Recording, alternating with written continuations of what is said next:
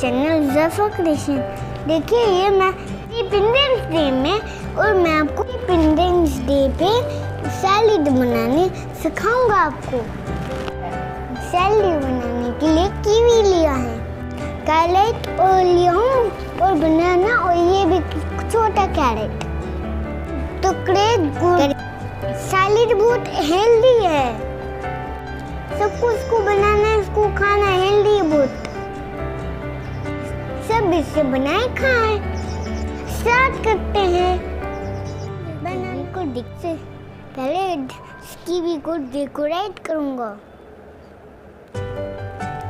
Kiwi को अपने decorate कर दिया, इसमें बनाना को डेकोरेट करूंगा।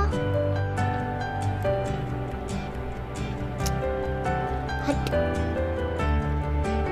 लेफ्ट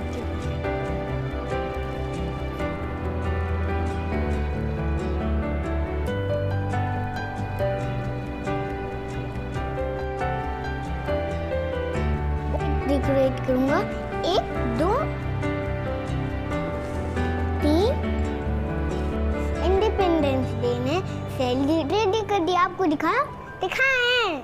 हाँ, ये कीवी डाला हूँ और बनाना और कीवी और कैरेट। कितना अच्छा दिख रहा है। हम लोग सलाद बहुत स्ट्रॉन्ग हो जाएंगे। इंडिपेंडेंस डे सैलेड जरूर बनाएं।